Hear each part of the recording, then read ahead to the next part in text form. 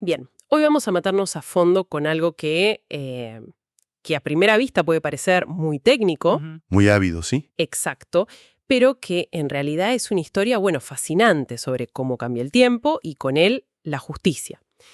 Tenemos sobre la mesa dos textos legales de la provincia de Corrientes, en Argentina. Ajá. Uno es un Código de Procedimientos Laborales de 1980, la Ley 3540, y el otro, la flamante Ley 6742, el nuevo código, sancionado en 2025. Recién salido del horno, digamos. Tal cual. Y nuestra misión es entender no solo qué cambió, sino por qué importa, y qué nos dice esta transformación sobre la idea misma de justicia laboral. Totalmente. Y para entenderlo bien, a mí me gusta pensar que es como comparar un auto de los 80s con un auto eléctrico de última generación. A ver, Pero bueno, era lento, pesado y a veces necesitabas que un mecánico lo empujara para que arranque. me lo imagino. El nuevo es rápido, digital, está diseñado para la eficiencia, pero también exige que el conductor esté mucho más alerta y sepa usar la tecnología. Hoy vamos a ver cómo esa misma evolución, ese salto de una era a otra, se dio en el motor de la justicia laboral. Me encanta esa analogía, el motor de la justicia. Entonces, ¿por dónde arranca este auto nuevo? ¿Qué es lo primero que una nota al abrir el capó de la nueva ley? Lo primero es la filosofía, la declaración de intenciones. El código del 80, el auto viejo, era muy pragmático, ¿viste? Sí, Abrías el manual y te decía directamente, estos son los juzgados, este es el tribunal superior, esta es la competencia de cada uno. Y va directo a las piezas, a la estructura. muy de ingeniero, muy al grano. Exacto. En cambio, la nueva ley de 2025, antes de decirte quién hace qué, te dice cómo se deben hacer las cosas. Ah, mira. Su primer artículo es una lista de principios que son como el nuevo sistema operativo. Oralidad, celeridad, gratuidad, inmediación, buena fe, efectividad. Es un cambio de paradigma total. Le está diciendo a los jueces, a los abogados y a la gente: atención, las reglas del juego han cambiado. A partir de ahora jugamos a esto. Entiendo. Suena muy bien en el papel. Celeridad, efectividad, son palabras que todo el mundo quiere oír cuando se habla de justicia. Pero, ¿hay algo en la ley que realmente garantice que no se queden solo en buenas intenciones? Es una pregunta clave. ¿O es más bien una declaración simbólica? No, no, para nada. Y la respuesta está en que la propia ley se encarga de poner las herramientas para cumplir esa promesa. Por ejemplo, casi de inmediato menciona el uso de tecnologías de la información y comunicación, las famosas TIC. Claro, En 1980, pensar en notificaciones por correo electrónico o audiencias por videoconferencia era ciencia ficción. ciencia ficción pura. Hoy, la ley no solo lo permite, sino que lo fomenta como el camino para lograr esa velocidad que promete. Así que no es solo simbólico, es la base sobre la que se construye todo lo demás. O sea que la tecnología es uno de los motores principales de este nuevo modelo. Y hablando de la filosofía, mencionas la buena fe, otro concepto que suena bien. ¿Cómo se traduce eso en la práctica del día a día de un juicio? Se traduce, por ejemplo, en cómo se enfoca la conciliación, es decir, el intento de que las partes lleguen a un acuerdo. Ajá. En el sistema antiguo, la conciliación era una parada obligatoria en el camino, una estación específica del viaje llamada audiencia de trámite. Si no te ponías de acuerdo ahí, el tren seguía su camino. Un momento único para negociar, entonces. Precisamente. La nueva ley rompe con eso. Le da al juez la facultad de llamar a las partes a conciliar en cualquier momento del proceso. ¿En cualquier momento? En cualquier momento. Es como si el juez tuviera un botón de pausa y negociación que puede apretar cuando vea la más mínima oportunidad de un acuerdo. ¡Qué interesante! Esto busca evitar juicios largos y costosos si hay una solución amigable posible. Se le da una centralidad y una flexibilidad enormes, pensando siempre en la eficiencia. De acuerdo, la filosofía cambia, se vuelve más ágil, más tecnológica, más dialoguista. Ahora, ¿para qué tipo de problemas sirve este nuevo motor? ¿El tipo de casos que atiende la justicia laboral también se modernizó? Porque me imagino que los conflictos laborales de hoy no son exactamente los mismos que en 1980. Has dado en el clavo. Totalmente. La ley de 1980 era bastante general en su alcance. Hablaba de controversias individuales del trabajo, cobro de aportes, cosas así. Era un menú, digamos, acotado. Entiendo. La nueva ley actualiza ese menú de forma drástica. Por ejemplo, Incluye explícitamente algo que hoy es el pan de cada día en los tribunales: las demandas por accidentes de trabajo y enfermedades profesionales contra los empleadores y las aseguradoras de riesgos del trabajo, las ART. Claro, todo el sistema de las ART se creó en Argentina mucho después de 1980. El código viejo no podía ni imaginarlo. Exactamente. La ley nueva también incorpora las apelaciones contra las decisiones de las comisiones médicas, que son los organismos que determinan el grado de incapacidad de un trabajador. Mm, En resumen, el nuevo código abre sus puertas y dice: todos los problemas laborales del siglo XXI, incluyendo los más complejos y regulados por leyes posteriores, se resuelven aquí. Se adapta a la realidad del mundo del trabajo actual. Bien, esto nos lleva al ritmo, a la velocidad del auto. Has mencionado la celeridad como un principio clave. ¿Cómo se nota eso en los plazos? ¿Realmente un juicio bajo la nueva ley es más rápido? Aquí es donde vemos uno de los cambios más impactantes, y que afecta directamente el trabajo de los abogados y la experiencia de la gente. El motor del proceso cambia por completo. A ver, La ley de 1980 decía que el juicio debía ser impulsado por el juzgado. Era el mecánico el que tenía que empujar el auto. lo que suena bien, ¿no? El tribunal se ocupa de que todo avance. Suena bien, pero en la práctica podía generar pasividad. La nueva ley dice algo sutilmente diferente: que el proceso será impulsado por las partes y el tribunal. Ah, la responsabilidad ahora es compartida. Es compartida, pero es un reparto con truco. Porque si bien el tribunal tiene el deber de impulsar, la sanción más dura por la inactividad recae casi exclusivamente sobre las partes. ¿Y cuál es esa sanción? Se llama caducidad de instancia.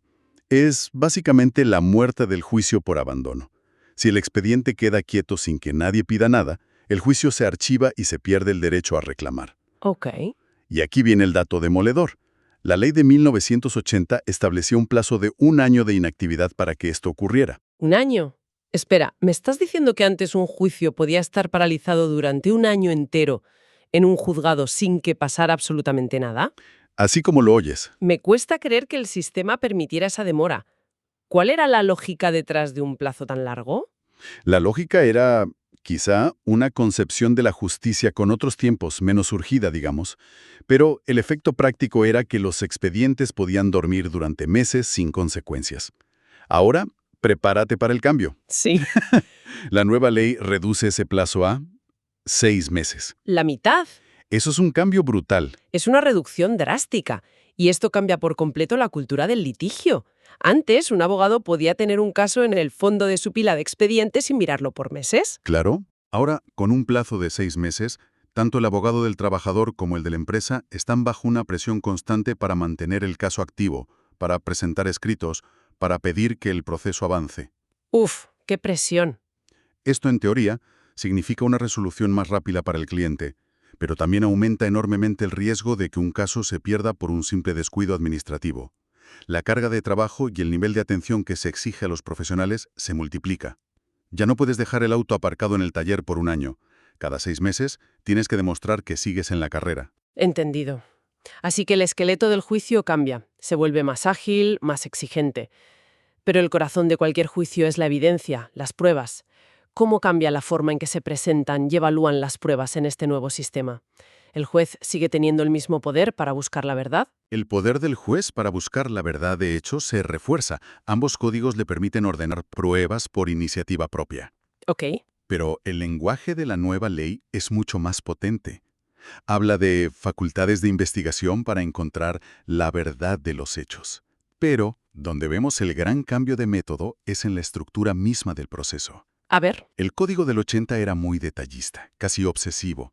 Tenía capítulos enteros que te explicaban paso a paso cómo era una prueba de confesión, una testimonial, una pericial.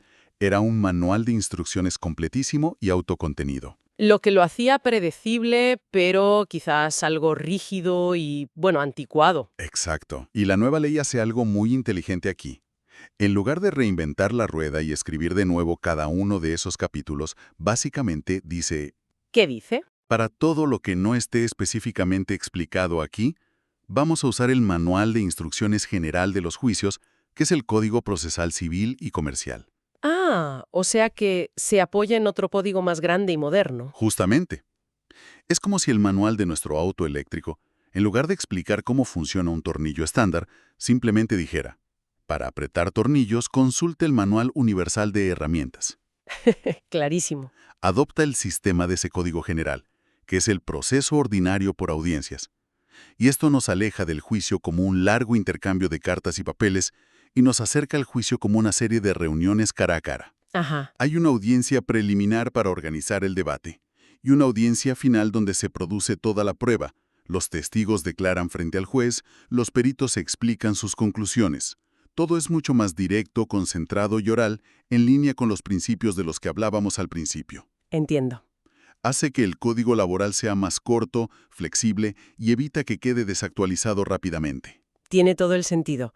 Se concentra en lo específico del derecho laboral y para lo general se conecta a la red principal. Muy eficiente.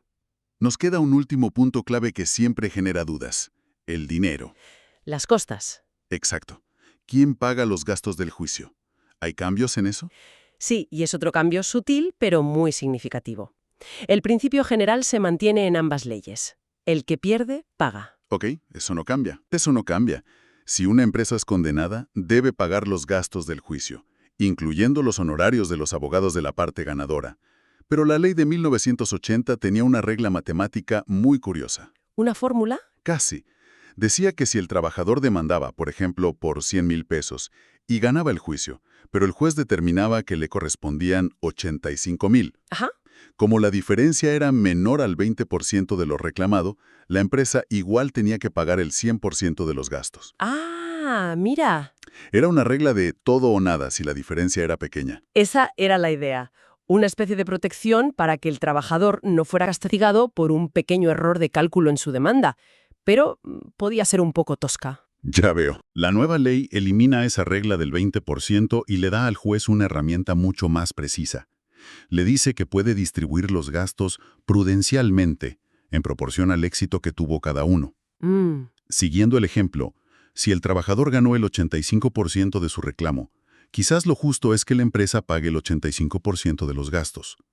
Le da un bisturí al juez en lugar de un hacha, permitiéndole tomar una decisión más equitativa y ajustada a la realidad de cada caso concreto. Entonces, si hacemos un balance de todo este viaje, pasamos de un código de 1980, que era como ese auto robusto, pero lento, muy detallado, muy basado en el papel y con un ritmo pausado. Pausadísimo. Es una transformación completa, sin duda.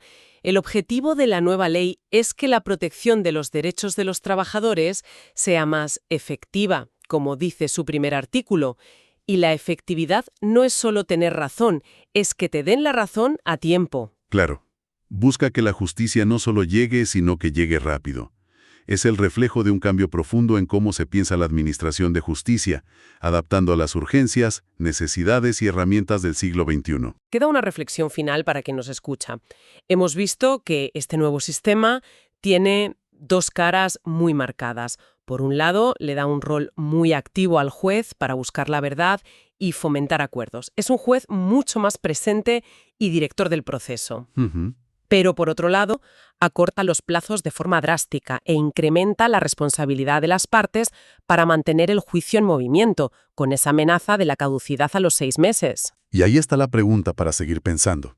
Este nuevo equilibrio, esta tensión entre un juez más proactivo y unas partes con una responsabilidad mucho mayor, ¿cómo podría cambiar la estrategia y la mentalidad de quienes se acercan a la justicia laboral? Exacto. Ya no se trata solo de tener la razón, sino de ser diligente, rápido y estratégico.